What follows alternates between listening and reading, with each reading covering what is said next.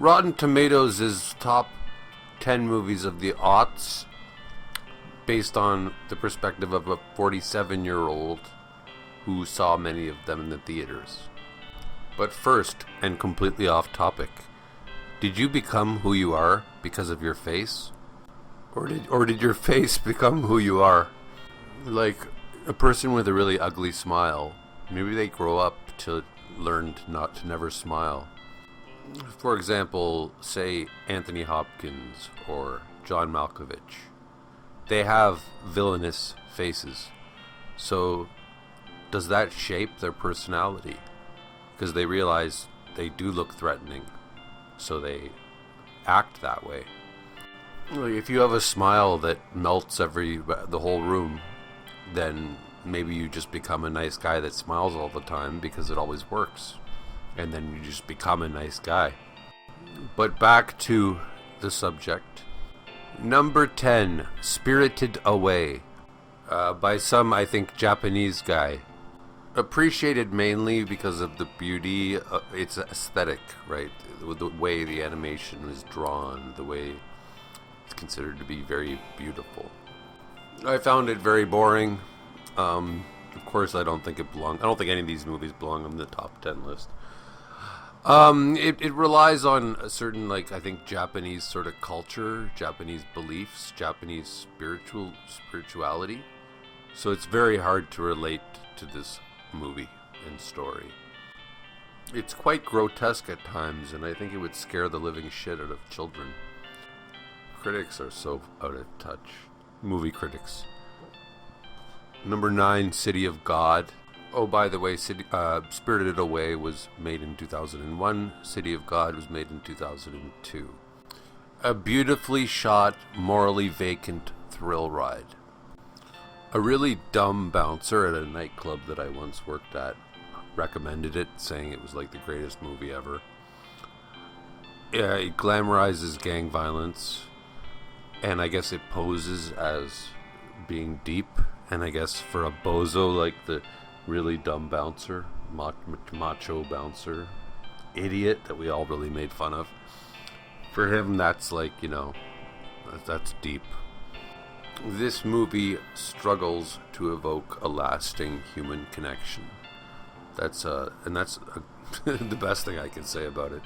The movie also came out in 2002. Adrian Brody won an Oscar for it, and basically kissed Halle Berry against her will when he got the Oscar.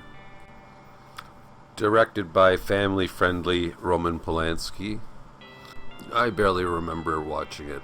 But notably, I find Adrian Brody very hard on the eyes. Number 7, Eternal Sunshine of the Spotless Mind. It was a good movie. Tragic love story meets sci-fi. It's almost like they should have called it Total Recall, but made it a love story. I think this was a pretty amazing movie, so it's really hard for me to beat it up. Oh, and it came out in 2004. Number 6, Gladiator, came out in 2000. A pretty derivative, cliche movie, Rome action movie. The only memorable thing about it was Joaquin Phoenix's portrayal as the villain, because he was so despicable. Ultimately, a forgettable movie that I don't think has any rewatchability. I don't think anybody has ever watched it. I don't think anybody ever watched it again after the hype wore off. Number 5, The Departed, which came out in 2006. I really didn't like this, but I never expect much from Martin Scorsese. I don't write home about him.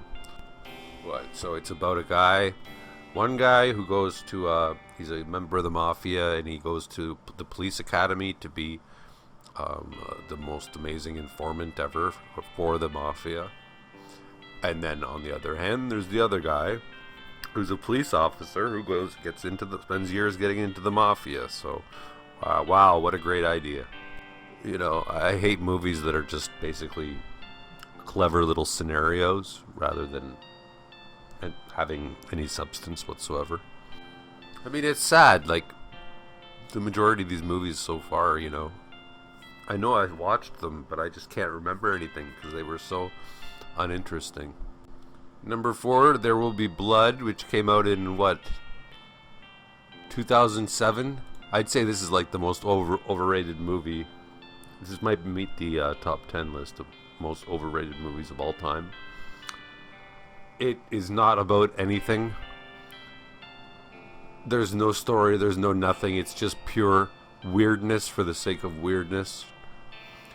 If Daniel Day-Lewis is one of the best actors who ever lived, he has the worst taste in choosing movies. The director and writer is pretentious as hell, and his movies suck. Number 3, No Country for Old Men. Give me a break. 2007. It ultimately feels like an experiment in mood over meaning. I hate the Coen brothers. Their movies are so goddamn boring. This is just so... I don't know what people see in these guys. It's just so boring. I saw it and I don't remember it. They should have just called the movie The Weird Haircut Guy. The guy with the weird haircut. You know, and I'm just fucking... This is a comment on the Coen brothers. Every movie has to be about like a kidnapping or a guy that's the hitman, you know. Another movie that people probably never will watch. Right, like when's the last time you met somebody who said, "Oh, I just saw a really good movie called No Country for Old Men"? Maybe they should have called it a movie for old men, a movie for very boring old men. But do old men even like this movie? 2008, The Dark Knight.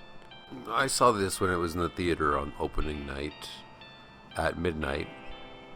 So it went from like midnight till 3 a.m. I think I got out of the theater at 3:30 a.m. My friend Simon, he didn't have the IMAX ticket. He only had a regular ticket, but whereas we all had IMAX tickets. And I said to him, "Don't worry. Just when he checks the ticket, I'll just start distracting him. I'll just start like saying confusing things to him, and he'll just like not notice your ticket." And that's what I did, and he got in, so that was good. After I saw this movie, I said, you know, it was as bad as Batman Begins, except for the Joker. The Joker was the only good thing about it. And then it's funny, I talked to my father, and he goes, the only good thing about it was the Joker. He goes, it was confusing. He goes, I'm still trying to figure out who the Chinese guy was. The other thing I remember when I first watched it in the theater, why the hell is the Joker licking his lips all the... Like, that is annoying. Like, yeah, it's a great acting job, okay? But that licking the lips thing is just effing annoying. Number 1, Lord of the Rings, Return of the King, 2003. Why? The Fellowship of the Ring I thought was way better. I think it was the best of the 3. I don't know, man. Like, I respect, you know, that it was faithful to the books, I guess. Like, I have respect for the trilogy. Although, however, I find it to be a lot of walking around, like very boring. I think I actually fell asleep when I saw this movie in the theater because it was just so long. Yeah, I think so. Yeah, I went with my friend Jamie, and we both commented on like, okay, it's good. I think I even said at some point, I'm like, yeah, you know, it's good, but like it just keeps going, and it's famous for having like 10 endings. It spends like an hour on all the endings. And you keep thinking it's going to like be over. And it fades to black. And then there's another scene. And there's another ending. And then it fades to black. You're like, okay, it's over. And again, and again, and again. That's what this movie is famous for. I think it's just a coincidence. But it just occurred to me that Return of the King, Return of the Jedi. That's an interesting coincidence. However, I should note that The Dark Knight and this movie, Return of the King, they do have rewatchability. So I'll give them that. But that may be credit to the people who created the characters, J.R. Tolkien and Schuster and whoever that made Batman, right? So, I mean, you're really watching The Dark Knight in order to watch the Joker. That's where the rewatchability comes in. And Lord of the Rings is so legendary that, it'll always be rewatched. So it's going to live on for 100 years. Whereas most of the other movies in this top 10 list, not only will they not live on for 100 years, they've already died. So let me know if you disagree with me. And let me know if you have suggestions on what should have been on the top 10. Because, of course, there's a million movies that were better than a lot of these movies. Or just comment and say that this video sucks, because all engagement helps the algorithm and encourages me. Even if you put my video down, it encourages me. And like or dislike, I think that's equally valuable. And do all that stuff, right? Right. And have yourself a very nice evening.